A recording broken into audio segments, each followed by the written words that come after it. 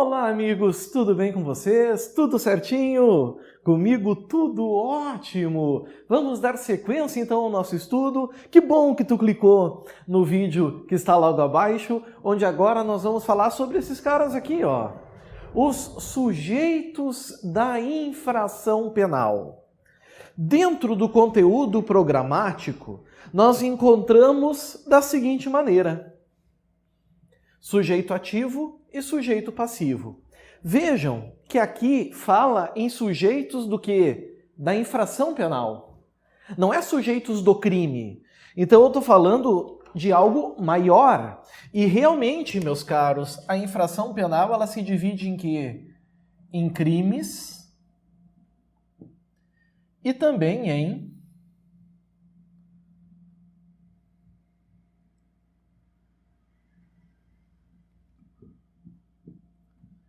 contravenções. Aqui está. Crimes e contravenções. Certo? Então aqui nós temos o sujeito ativo dos crimes, o sujeito ativo das contravenções. Sujeito passivo dos crimes, sujeito passivo das contravenções. Ah, professor, mas eu não sei a diferença de crime e contravenção. Não tem problema. Não é o momento de descobrir. Aqui o momento é da gente trabalhar os sujeitos da infração penal, sujeito ativo e sujeito passivo. Vamos começar, meus amigos, pelo óbvio.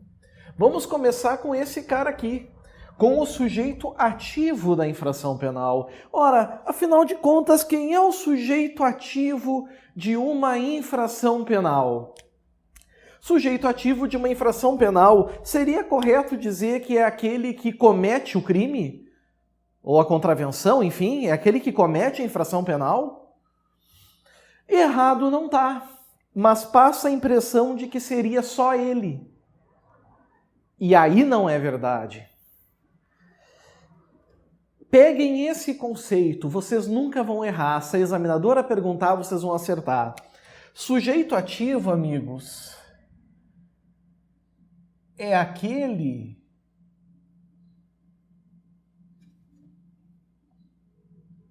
que contribui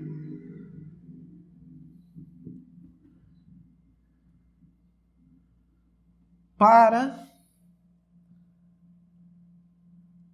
a prática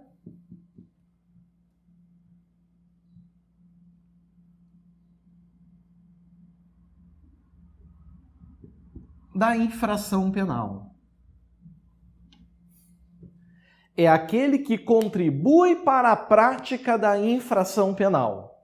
E aí, é claro, aquele que efetua o disparo e mata uma pessoa, ele é sujeito ativo do homicídio, porque ele contribuiu para que a infração penal acontecesse. Só que percebam que dentro desse conceito entram também outras pessoas. Por exemplo, aquele indivíduo que empresta arma para que o outro mate uma vítima. Essa pessoa que nós chamamos no concurso de pessoas de partícipe, ele também é sujeito ativo. E por quê? Porque ele contribui para a prática da infração penal. Então pode ser os autores, podem ser os coautores, um indivíduo dando tiro, o outro sujeito esfaqueando, o outro sujeito cavando a cova. Isso tudo são pessoas que constituem sujeitos ativos de um crime. Certo? É aquela pessoa que pode ser acusada pelo delito. A gente chama o sujeito ativo de indiciado no inquérito policial. A gente chama o sujeito ativo de réu, de acusado no processo penal. A gente chama o sujeito ativo de condenado, quando vem sentença condenatória transitada em julgado. Enfim, a gente pode chamar esse sujeito de várias situações dentro desse contexto. Outra coisa importante, percebam que o sujeito ativo, ele também pode se dar por omissão. Vocês lembram aquela aula de ação e omissão, os garantes? Lembram o exemplo que eu falei da mãe que cruza os braços e não impede que o padrasto moleste a enteada, essa mãe, ela é garantidora e ela é sujeito ativo do estupro.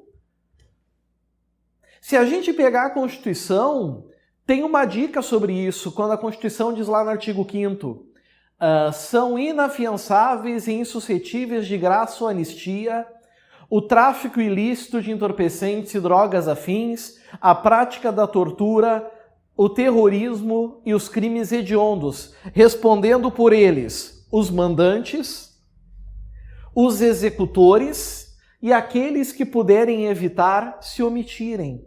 Tudo isso entra aqui. Certo? Cuidado. Pode ser que a tua prova pergunte se os animais podem ser sujeito ativo de crime. Resposta: não. Não. E por que não, amigos? Porque animais não têm vontade.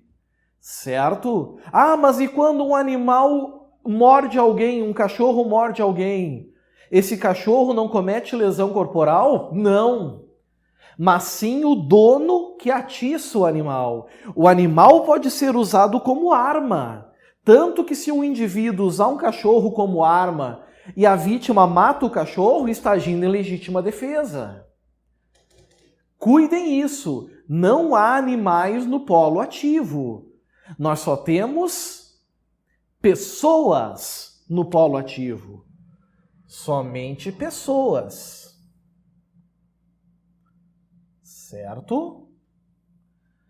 Cuidem esse ponto. Só pessoas e nada mais. Animais não entra aqui. Agora, de que pessoas eu estou falando? Isso é uma coisa importantíssima, que é o que eu desconfio, que se vier na tua prova, a banca examinadora vai perguntar. Que pessoas são essas que estão aqui? Não há dúvida de que pessoas físicas marcam presença. Aqui está. Pessoas físicas, até porque o direito penal é feito para pessoas físicas. A dúvida reside aqui, ó.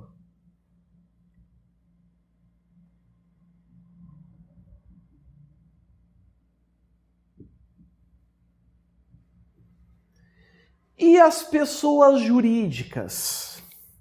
Será que essas podem responder por um crime? Ou seja, será que elas podem configurar no polo ativo de uma infração penal? Te liga, porque a examinadora vai pegar no olho da minhoca, ela vai pegar isso aqui de ti. Será que eu liguei o microfone? Liguei. Estava bem preocupado. Então te liga nesse ponto. Pessoa jurídica, a resposta é sim ou não? Resposta: sim. Pessoa jurídica pode sim figurar como sujeito ativo de uma infração penal. Mas atualmente, olhem bem o que eu vou dizer, atualmente, somente em que situações?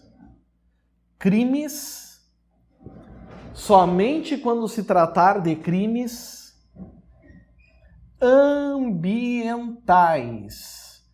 Única e exclusivamente crimes ambientais. Lei 9.605 de 98. O que acontece? A Constituição Federal, sabe a Constituição Federal? Ela previu 3 situações em que a pessoa jurídica pode figurar igual Cebolinha, pode figurar no polo ativo de um crime. Quando se tratar de crimes contra a ordem econômica, na Lei 8.137 de 90, nos crimes contra a economia popular, Lei 1.531 de 51, e Lei dos crimes ambientais, crimes contra o meio ambiente. Só que o requisito para que uma pessoa jurídica figure no polo ativo são 2. O primeiro é a previsão constitucional. E aí, os 3 casos cumprem o requisito. Crimes contra a ordem econômica, crimes contra a economia popular e crimes ambientais. O segundo requisito é que exista uma lei regulamentando essa punição da pessoa jurídica que comete crime. E aí, nos crimes contra a ordem econômica, nós não temos. Nós não temos lá regras regulamentando a punição criminal para a pessoa jurídica que comete crime contra a ordem econômica. Nós também não temos para os crimes contra a economia popular. Dentro da lei dos crimes contra a economia popular, nós não temos regras que estabelecem quais são as punições para a pessoa jurídica que comete crime contra a economia popular. Por isso que só sobra os crimes ambientais. Aqui sim. Aqui, meus amigos, preenche perfeitamente. Por quê? Porque está previsto na Constituição e a Lei 9.605 de 98, ela prevê as punições criminais para a pessoa jurídica que comete uma infração penal. Então, dentro da Lei 9.605 de 98, vocês vão encontrar lá a proibição de licitar com o poder público, penas restritivas de direitos e coisas do gênero, multa. É óbvio que não tem pena privativa de liberdade, porque não tem como colocar um cercadinho em volta da empresa, mas penas compatíveis com a característica da pessoa jurídica. Então, hoje é o único caso de que pessoa jurídica pode figurar no polo ativo de uma infração penal. É nos crimes ambientais. Ah, e a pessoa física que comete o crime responde também? Sim. É o que nós chamamos aqui, pessoal, de teoria da dupla imputação. Teoria da dupla imputação quer dizer o quê? Tanto a pessoa física quanto a pessoa jurídica dos crimes ambientais vão responder por aquele fato que a pessoa física praticou. Certo? Desde que essa pessoa física tenha agido na forma dolosa ou culposa. Lembrem que é vedada a responsabilidade penal objetiva. Certinho? Então, cuidem com esse detalhe, que ele é muito importante. E para terminar o sujeito ativo, é preciso aqui que a gente lembre quanto a ele uma característica, uma classificação dos crimes. Eu gostaria que vocês lembrassem que quanto ao sujeito ativo, os crimes podem ser crimes. Eles podem ser comuns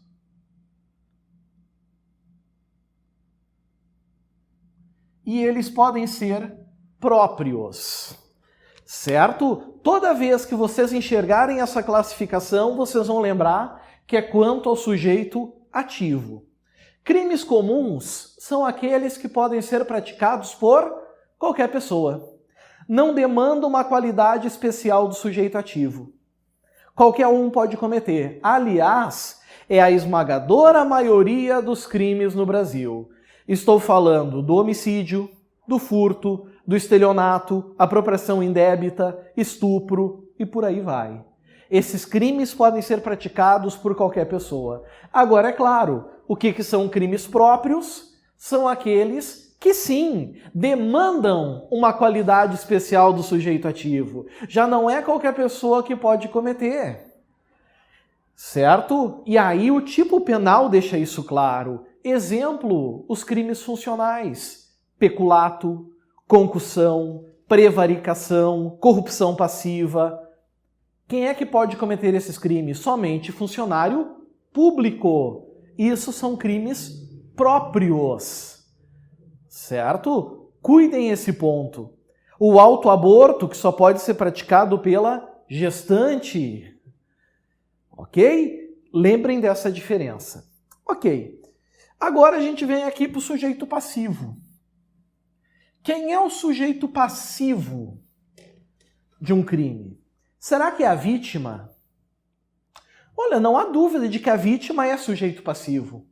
Mas vocês têm que entender que não é apenas a vítima, é algo maior, certo? O sujeito passivo, meus amigos, ele é o titular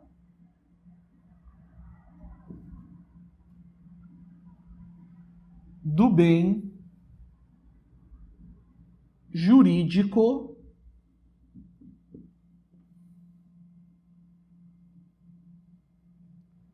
protegido. Titular do bem jurídico protegido. Então, por exemplo, no momento que nós temos um homicídio, quem é o sujeito passivo do homicídio? A vítima, claro, quem perdeu a vida. Mas não só ela, os familiares também, porque eles também são atingidos pelo bem jurídico. Aquela pessoa sustentava a família, por exemplo. No furto, o sujeito passivo é quem tem o bem jurídico subtraído. Certo? Cuidem em relação a esse ponto. Outro cuidado. Mortos. Os mortos podem figurar no polo passivo dos crimes? Resposta: não. E por que não, pessoal? Porque morto não é titular de bem jurídico. Ah, professor, mas lá no artigo 138 do Código Penal diz que é punível a calúnia contra os mortos. Olha só, dizer que é punível a calúnia contra os mortos não quer dizer que é o morto sujeito passivo. Quem é sujeito passivo aqui é a família, porque o crime é contra a memória do morto. Assim como na ocultação de cadáver, assim como no vilipêndio ao cadáver, certo? Aqui nós vamos ter a família no polo passivo. Cuidem esse ponto para que vocês não se confundam. Então, mortos não figuram no polo passivo. Animais também não.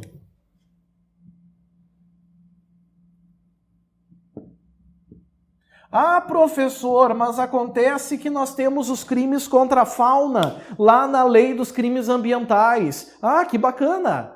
Mas lá o sujeito passivo é a coletividade, não os animais, porque eles não são titulares de bens jurídicos. Assim como a flora também não é. Titular, sujeito passivo, sempre é uma pessoa. E não há dúvida de que o Estado